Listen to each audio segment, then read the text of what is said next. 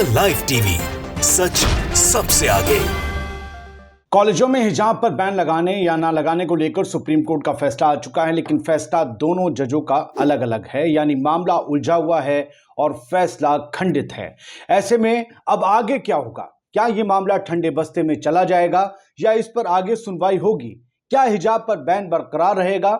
ऐसे बहुत से सवालों के जवाब मैं आपको इस वीडियो में देने जा रहा हूं। इस वीडियो के आखिर तक मैं आपको कई अहम जानकारियां देने वाला हूं। यह बताने वाला हूं कि आज सुप्रीम कोर्ट में जिन दोनों जजों ने इस फैसले को दिया है, एक ने पक्ष में एक ने विपक्ष में, वो उन लोगों ने कहा क्या क्या है, उनके फैसले की बुनियाद क्या क्या है, आपको सब कुछ इस वीडियो में मिलेगा। आखिर तक देखिए। नमस्कार, मैं आदिल खान आजाद, आप देख रहे हैं द लाइव टीवी न्यूज।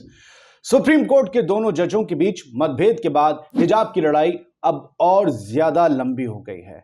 तो अब फैसला कौन करेगा, ये एक बड़ा सवाल है। और इस पहले सवाल का जवाब यह है कि सुप्रीम कोर्ट की बड़ी बेंच अब इस मामले की सुनवाई करेगी। बड़ी बेंच, सीनियर वकील, नई बेंच फिर से नए सिरे से हिजाब पर सुनवाई करेगी। मतलब जितनी, ऐसा नहीं है कि इस फैसले पर ही कोई फैसला आएगा, बल्कि अब पूरी दलीलें, पूरी सारी बात, घटना को पूरी नए सिरे से समझा जाएगा।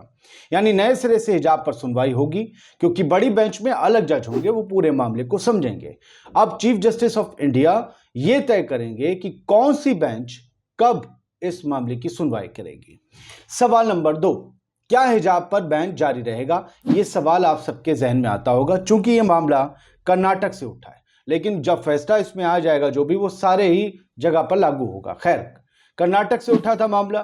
कर्नाटक के शिक्षण संस्थानों में लगा हिजाब का बैन फिलहाल जारी रहेगा, क्योंकि मामले की सुनवाई करने वाले दोनों जजों में मतभेद उभर कर सामने आ गए हैं। उनकी एक राय नहीं है। खंडपीठ के एक जज जस्टिस सुधांशु धूलिया ने जहां हाईकोर्ट का फैसला पलटने के पक्ष में फैसला लिखा है कर्नाटक हाईकोर्ट के, वहीं जस्टिस हेमंत गुप्ता ने हाईकोर्ट का फैसला बरकरार रखने के पक्ष में फैसला सुनाया है। अब बड़ी बेंच का गठन करने के लिए चीफ जस्टिस ऑफ इंडिया को मामला भेज दिया गया है या भेजा जा रहा है।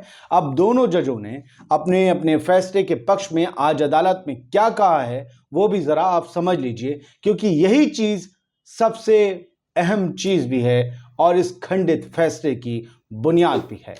दो जजों की बेंच में से एक जस्टिस सुधांशु धूलिया ने मुस्लिम छात्राओं का पक्ष लिया। जस्टिस धूलिया ने फैसला सुनाते हुए कहा कि ये उनकी पसंद की बात है, उनकी पसंद की, कि लड़कियां पहने ना पहने। विजय एमनुएल में एससी द्वारा निर्धारित अनुपात इस मुद्दे को कवर करता है, ये जज ने कहा। मुख्य बात यह है कि बच्चियों की शिक्षा सबसे जरूरी है। जज ने कहा शिक्षा हासिल करने में लड़कियों को काफी दिक्कतों का सामना करना पड़ता है और भी कई मुश्किलें हैं, लेकिन क्या ऐसे प्रतिबंध, ऐसे बैन लगाकर हम उनकी जिंदगी को बेहतर बना रहे हैं? क्योंकि बैन की वजह से अगर लड़कियां शिक्षा छोड़ देती हैं, जैसी रिपोर्ट है 17,000 लड़कियों ने शिक्षा छोड़ दी, तो बदनुमा दाग हैं ऐसे बैन और इस पर विरोध करने वाले लोग। मामले की सुनवाई कर रहे दूसरे जज जस्टिस हेमंत गुप्ता ने शैक्षणिक संस्थानों में हिजाब पर से बैन हटाने से इनकार करने वाले कर्नाटक हाईकोर्ट के फैसले के खिलाफ अपील को खारिज कर दिया। यानी उनका मानना था कि हिजाब पर बैन रहना चाहिए। उच्च न्यायालय के फैसले पर सहमति जताते हुए जस्टिस गुप्ता ने कहा कि मतभेद हैं, कॉन्फ्लिक्ट्स हैं, there are conflicts. Justice Hemant Gupta ने कहा कि इस मामले में हमारी राय अलग है। मेरे 11 सवाल हैं, इन जस्टिस साहब के 11 सवाल भी थे। पहला सवाल उनका ये कि क्या इसे बड़ी पीठ को भेजा जाना चाहिए। सबसे पहले उन्होंने यही कहा कि सीनियर बेंच को भेज दें। क्या हिजाब हायर बेंच को? क्या हिजाब बैन ने छात्राओं को बाधित किया है? क्या हिजाब पहनना धर्म का अनिवार्य हिस्सा है? क्या हिजाब पहनना धार्मिक स्वतंत्रता के तहत बिल्कुल है? जस्टिस गुप्ता ने कहा मैं अपील खारिज करने का प्रस्ताव कर रहा हूं। उन्होंने अपील खारिज की है। उन्होंने कई सवालों के साथ अपील खारिज की है। जस्टिस सुधांशु धूलिया ने यह कहा कि मेरा एक अलग विचार है और मैं अपील की इजाजत देता हूं। उन्होंने कहा हिजाब पसंद का मामला होना चाहिए था। न्यायमूर्ति धूलिया ने कहा ये पसंद का मामला है, इससे ज्यादा कुछ नहीं और कुछ नहीं। इससे ज्यादा है सर, अगर किसी भी हिजाब पहनने वाली लड़की के खिलाफ एक बड़ी सी संख्या में आए कुछ होंडे टाइप लड़के जय श्री राम के नारे लगाते हैं, तो आप समझ लीजिए ये मामला उस लड़की के धर्म से जुड़ा है, इसीलिए ये सब हो रहा है। वो सब सनातन और इस्लाम दोनों को बदनाम करने वाली भीड़ है। जस्टिस हेमंत गुप्ता और जस्टिस सुधांशु धूलिया की इससे पहले खंडपीठ ने बेंच ने 10 दिनों की लंबी सुनवाई की थी इस मामले में और 22 सितंबर को इस पर अपना फैसला डिसीजन पूरी तरीके से सुरक्षित रख लिया था। बेंच ने कर्नाटक हाईकोर्ट के फैसले को चुनौती देने वाली कुल 23 याचिकाओं पर सुनवाई की थी। इस याचिका में कर्नाटक सरकार पर सवाल उठाए गए हैं और कहा गया है कि हिजाब बैन का फैसला मुस्लिम समुदाय को निशाना बनाने के लिए किया गया है। मुस्लिम छात्राओं की तरफ से कोर्ट में दलील दी गई है कि हिजाब पहनने से किसी के मौलिक अधिकार का हनन नहीं होता है। तर्क ये भी दिए गए हैं, दलीलें ये भी दी गई हैं कि अगर स्कूलों में पगड़ी, कड़ा, बिंदी, सिंदूर इन सब पर बैन नहीं है तो हिजाब पर बैन क्यों है। आज देखिए, अगर कहीं भी आप सरकारी दफ्तरों में चले जाइए, आप मंत्रालयों में चले जाइए, जो संविधान की कसम खाते हैं वो सब टीका लगाए घूम रहे होंगे।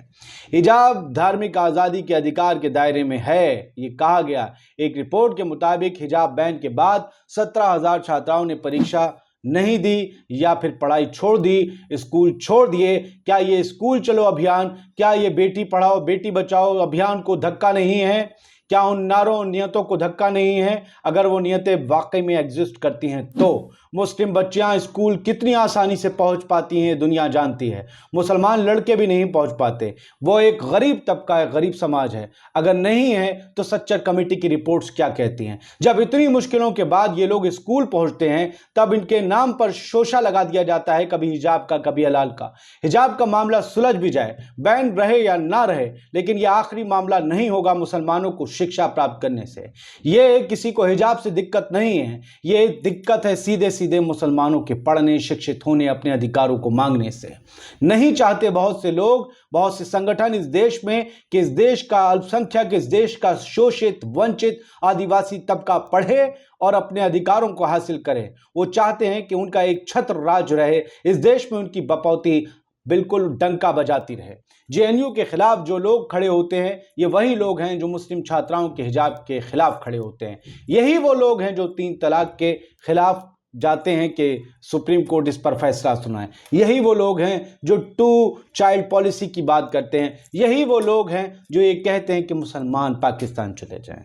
ये सारे लोग वही हैं और कम से कम मैं आपको बिल्कुल दावे के साथ कह सकता हूं, इसमें सिर्फ जाहिल नहीं हैं, एलीट और पढ़े लिखे लोग भी शामिल हैं। इन लोगों को पहचानने की ज़रूरत है, इनसे दूरी बनाने की ज़रूरत है। इन्हीं का बहिष्कार होना चाहिए, किसी का आर्थिक बहिष्कार नहीं होना चाहिए। यही वो लोग हैं जिनकी वजह से हिजाब जैसे मामले सुप्रीम कोर्ट में पहुंच जाते हैं। 17,000 बच्चियां एजुकेशन छोड़ देती हैं तो लानत है उन लोगों पर जिनकी वजह से ये हुआ है। लानत है उन लोगों की वजह, उन लोगों पर जिन्होंने इनको आश्रय दिया था, जिन लोगों ने ये सारा मुद्दा बनाया है। एक गुंडों की भीड़ आती है, लड़कियों को घेरती है, धार्मिक नारे लगाती है, माहौल खराब करती है, मामला कोर्ट तक पहुंचता है। किसके खिलाफ फैसला होता है?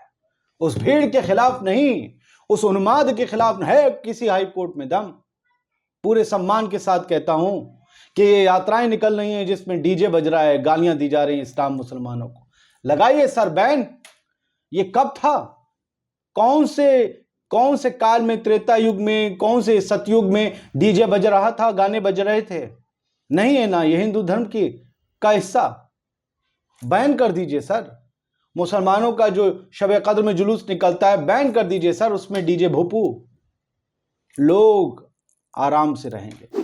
तो फिलहाल हिजाब के मामले पर जो आज सुनवाई हुई और खंडित फैसला आया वो चर्चा का विषय बना हुआ है। अब सबकी नज़र इस पर है कि कौन सीनियर जज जो है अब इस मामले की हायर बेंच में सुनवाई करेंगे और वहाँ से क्या फैसला मुस्लिम बच्चियों के हक में निकल कर आएगा, इस पर सबकी नजरें टिकी हैं।